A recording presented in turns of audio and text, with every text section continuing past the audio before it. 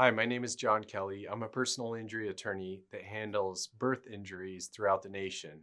And we're doing a series on birth injuries. And this is the final video of the series on medical negligence. And this one is neonatal meningitis injuries at birth. Neonatal meningitis in a newborn, is a life-threatening infection that often results from bacteria passed during childbirth. It can cause brain damage, hearing loss, seizures, or even death if not caught and treated promptly.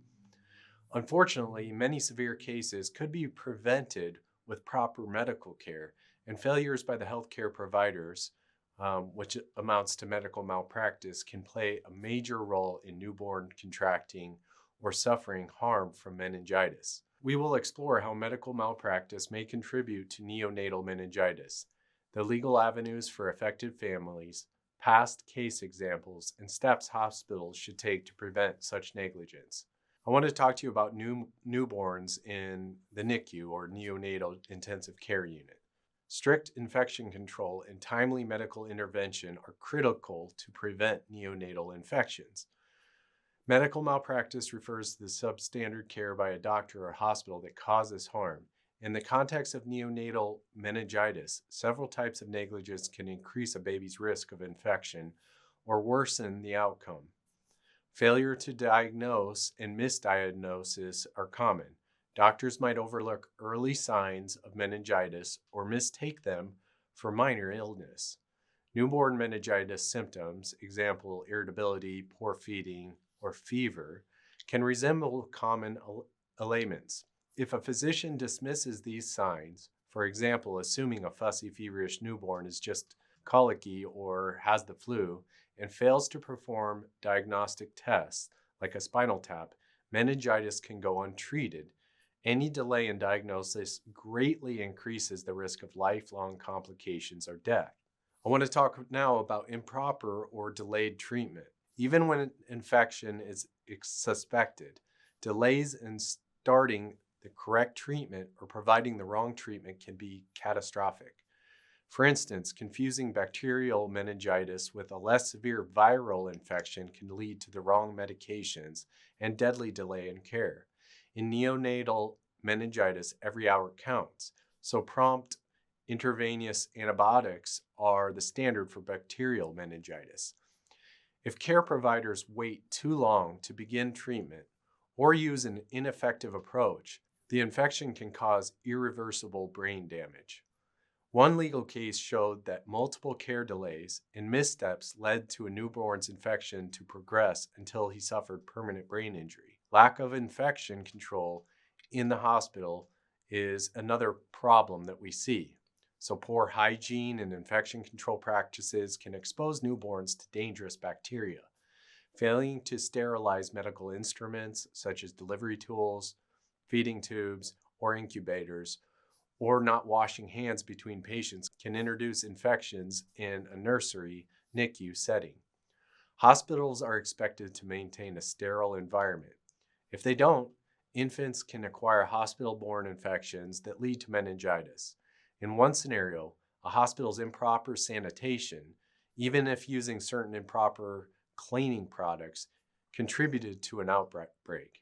Even using certain improper cleaning products contributed to an outbreak, demonstrating how breaches in protocol put babies at risk. I want to talk to you about failure to screen or treat maternal infections. Many neonatal meningitis cases stem from infections the mother passes to the baby during labor. Group B strep, or GBS, is a prime example.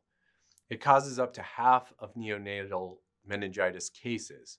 Doctors should screen pregnant mothers for GBS in the late third trimester and give an IV antibiotic during labor if the test is positive.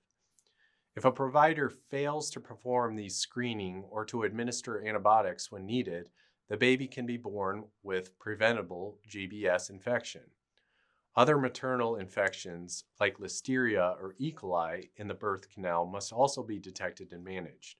Negligence in this area, such as ignoring prenatal test protocols or signs of infection in the mother, can directly lead to newborn contracting meningitis at birth. For example, an Illinois case settled for $9 million after doctors did not test a mother for GBS. Her baby suffered severe meningitis-related brain damage that could have been avoided with proper screening and antibiotics. I'll now talk about delayed C-section or delivery in high-risk situations. Mismanagement can also contribute to newborn infections if a mother's water breaks and delivery is greatly delayed, or if there are signs of infection and distress during labor. The standard of care is often to expedite delivery, sometimes via C-section, to protect the baby. Prolonged labor unnecessarily gives bacteria more time to ascend from the birth canal and infect the baby. Negligence examples include ignoring prolonged rupture of membranes or not performing a prompt C-section despite clear infection risk. This lapse can result in infants being born with sepsis or meningitis. In one lawsuit, a baby developed a severe infection and brain injury because doctors waited too long after the mother showed infection signs and fetal distress. The claim was that the earlier delivery timely antibiotics would have prevented the harm. Each of these failures represents a deviation from the standard of care that healthcare providers owe to patients. When such mistakes directly lead to the baby's meningitis or worsen the injury, they become the basis for a medical malpractice claim. So now we'll talk about the common legal claims and precedents in meningitis birth injury cases. Medical malpractice lawsuits seek to hold healthcare providers accountable when negligence during childbirth leads to newborn injuries. Medical malpractice is the legal claim most often brought in birth-related meningitis cases, typically based on negligence. Parents allege that the doctors or nurses breached the standard of care.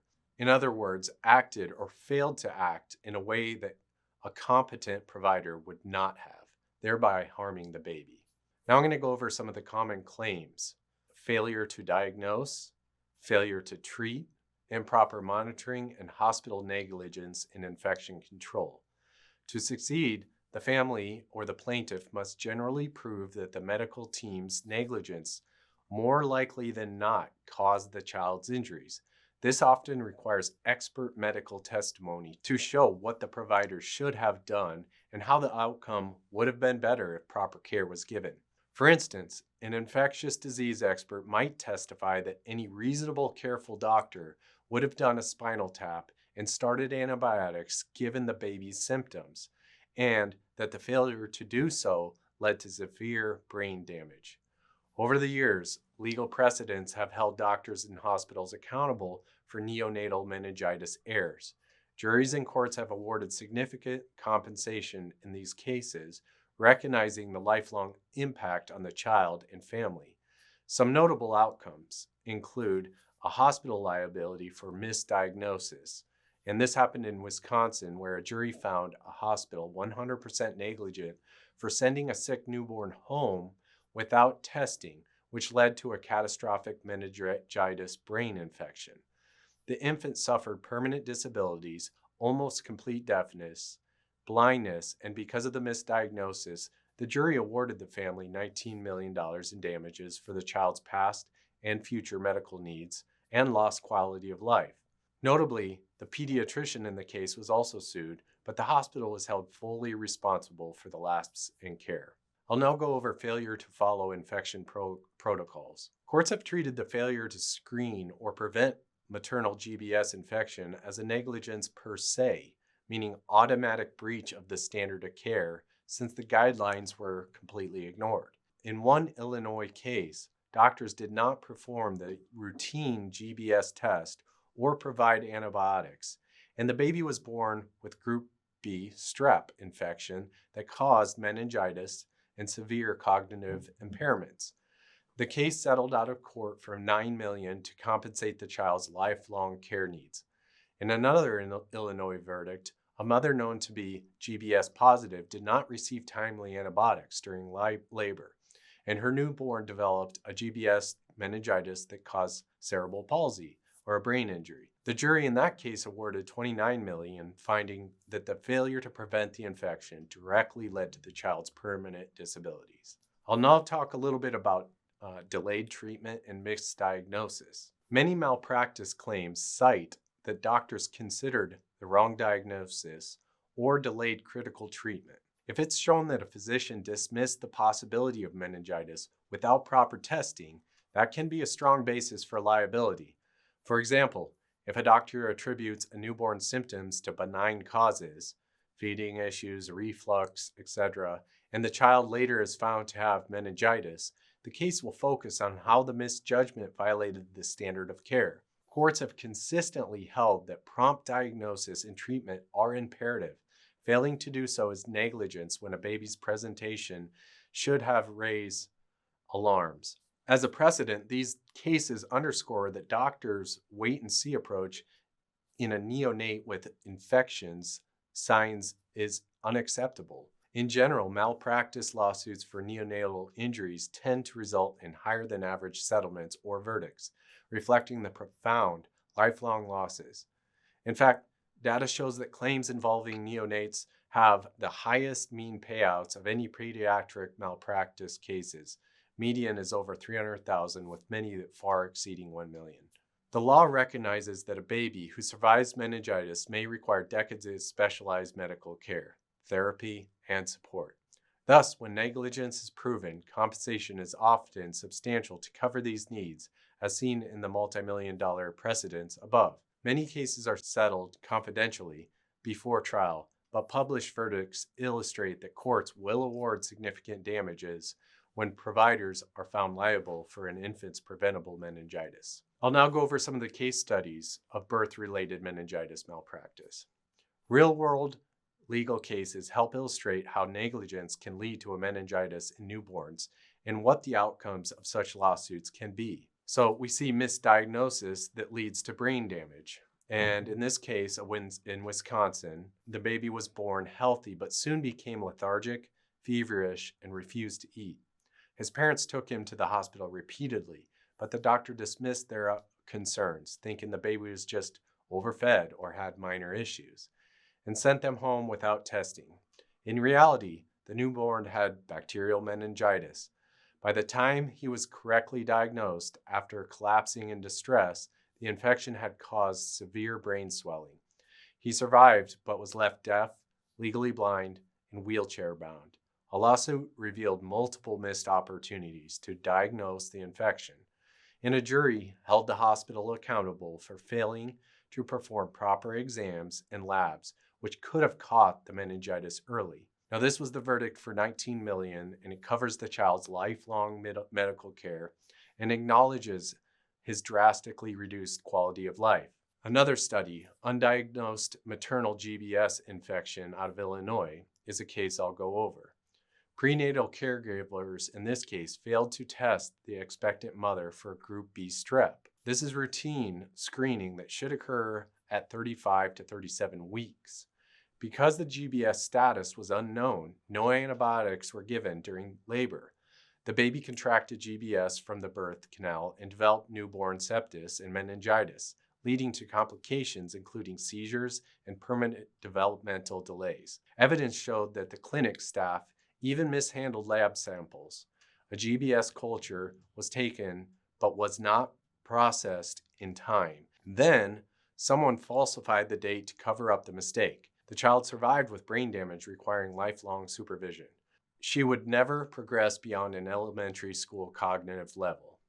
The hospital settled the lawsuit for $9 million before trial, essentially admitting that not only they didn't follow the standard GBS screening protocols, but were negligent and caused the baby's injuries. I'll now talk about failure to administer antibiotics during labor and a case study. A mother in Illinois arrived at the hospital in labor with a known GBS positive status in her medical records. Standard care called for an IV antibiotics, but due to an oversight, no antibiotics were given prior to delivery. The newborn initially seemed well, but within days developed signs of infection. The GBS bacteria had spread, causing meningitis that led to a spastic quadriplegia and cerebral palsy in the infant. At trial, the experts testified that if the mother had received antibiotics, the infection likely would have been prevented. Their jury returned a $29 million verdict for the family, sending a clear message. Ignoring established infection prevention protocols is egregious negligence. The award helps cover the intensive medical care, therapies, and accommodations the child will need for the rest of his life. I'll now cover a New Jersey case, which was a missed infection case. Not all payouts are headline grabbing, some reflect moderate harm. In one New Jersey case, hospital staff did not act on a newborn's infection symptoms promptly, resulting in uncontrolled seizures and complications once meningitis was finally diagnosed. The case settled for $1 million to cover the child's neurological rehabilitation and ongoing needs. While this is far smaller than the multi-million-dollar awards that we talked about before, it underscores that even less catastrophic but still serious outcomes merit compensation if negligence was a factor. Many birth injury lawsuits are resolved via settlements, which may be confidential. The examples that I've discussed, drawn from reported settlements and verdicts, show the range of scenarios, from blatant misdiagnosis to ignored protocols that lead to litigation. In each, the common thread is the proper medical vigilance could have averted the tragedy. Now I want to talk to you about your legal rights as an affected family and possible compensation. When a newborn suffers meningitis due to suspected medical negligence, the family has specific legal rights and options. Parents or legal guardians can pursue a medical malpractice claim on behalf of their child. This typically involves hiring a qualified birth injury attorney to investigate the case, gather evidence, medical records, expert opinions, and file a lawsuit against the responsible doctor, hospital, or both. Importantly, the child's rights are represented through the parents, since the baby cannot sue on their own. Most attorneys in this field work on a contingency basis, meaning families generally pay nothing up front, and the lawyer is only paid if the case succeeds. I want to talk about some of the key legal rights that families have in these situations, including access to medical records. Parents have the right to obtain their baby's medical records. These records can be reviewed for signs of errors. Example, notes of a fever that went untreated, or lab results indicating an infection that were overlooked. Also to keep in mind, statute of limitations. In malpractice claims, the lawsuit must be filed within a certain time frame, which varies by state. However, many states extend or toll the deadline for minors, recognizing that their injuries may not be immediately apparent. Some states toll the time all the way until they're 18 and 2 years after. Others are much shorter, so it's important to consult with a lawyer. Still, it's crucial for families to consult with an attorney as soon as possible to avoid missing the legal window. The family in a claim against the hospital must prove negligence occurred. This means that showing that what the doctors did should have been done differently via medical expert testimony and linking that failure to the child's injury. I'll now talk to you about compensation in meningitis birth injury cases. If malpractice is proven, families are entitled to financial compensation for the losses resulting from the injury. This often includes medical expenses, all the past and future costs of treating the child's condition, hospital bills, surgeries, medications, specialists, rehabilitation, medical equipment, and other things. Severe meningitis injury can require lifelong care, therapy, and assistive devices, which can cost millions over a lifetime. Long-term care and special services are often needed if a child has disability. Example, if they have hearing loss requiring cochlear implants, mobility issues requiring wheelchairs, cognitive impairments requiring special education or in-home nursing care. The defendants may owe the funds to cover these needs over the child's expected lifespan. Many large awards like the $19 million and $29 million cases above are calculated to ensure that the child have resources for decades for future care. I'll now talk about some of the compensation that's awarded for pain and suffering for these newborns. Newborns who survive meningitis often endure significant pain, medical procedures, and reduced quality of life. Though infants cannot describe pain, the law allows recovery for pain and suffering and loss of life's enjoyments that the child will experience due to brain damage or other complications. In the Wisconsin case, for example, part of the 19 million was explicitly for the child's permanent loss of normal life. Another compensation area is emotional distress of the parents. In some jurisdictions, parents may also claim damages for their own emotional anguish, especially if they witness the baby's decline or if the injury impacts the family's mental health. However, these claims, often called bystander emotional distress or loss of consortium, depend on state law and are not available in every case. Finally, I want to talk to you about wrongful death damages. If the infant tragically dies from meningitis, the family can pursue a wrongful death claim. While no amount can compensate for such a terrible loss, damages can cover funeral expenses and the parent's pain and suffering from losing their child. It's worth noting that in neonatal cases, wrongful death payouts are often smaller than survival injury payouts, particularly because the child did not incur future care costs. Still, though, families have a right to justice and some measure of closure through the legal system. Now I want to talk to you about accountability and policy change when bringing a lawsuit. Aside from monetary damage, families often take solace in the fact that a lawsuit can prompt a hospital to improve its policies. A legal claim shines a spotlight on what went wrong, which can pressure healthcare institutions to implement better infection control, training, or protocols so that the same mistake doesn't happen to others. In this sense, pursuing a case can have a positive public safety impact beyond the individual's family situation. Families affected by birth-related meningitis have the right to seek justice and compensation. If medical negligence is suspected, it is advisable to get a free consultation with a malpractice or birth injury attorney. An attorney like myself can explain the family's options, handle the complex legal work, and fight for the settlement or verdict that provides financial security for the child's future. While litigation cannot erase the trauma, it can ease the financial burden and hold negligent providers accountable. If after watching this information and you believe you have a child that's been affected by meningitis, please feel free to reach out to us and give us a call. We'd like to just at least talk to you about the situation. Oftentimes we're just gathering medical records, reviewing them, and determining whether you have a viable claim or not. If you do have a viable claim, we're happy to sit down, walk you through the process, and make sure that you feel comfortable with proceeding forward. Remember, there's no money up front, and this is a contingency claim, so there's no hurt in at least giving us a call and determining whether you have the case. Again, if you do, we'll come up with a strategy and move you forward to compensation so that you can take care of your child's future needs and put away some money for them for any obstacles that they may face because of the medical negligence that resulted. If you'd like to talk more about this, please give me a call at Kelly Law Team. You can reach me at 602-283-4122.